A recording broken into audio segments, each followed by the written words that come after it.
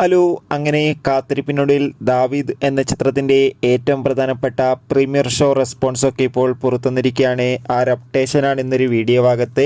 വീഡിയോയിലേക്ക് മുൻപ് video like ചെയ്യുക, ചാനൽ സബ്സ്ക്രൈബ് ചെയ്യുക. ഫെബ്രുവരി മാസം ഇനി അങ്ങോട്ട് ധാരാളം ചിത്രങ്ങൾ OTT റിലീസ് ചെയ്യും.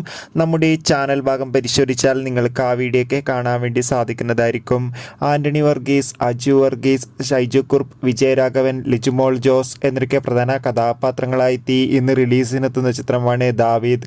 ഏവരുമേറെ ആകാംക്ഷയോടെയാണ് ചിത്രത്തിൻ്റെ റിലീസിനായി കാത്തിരിക്കുന്നത്.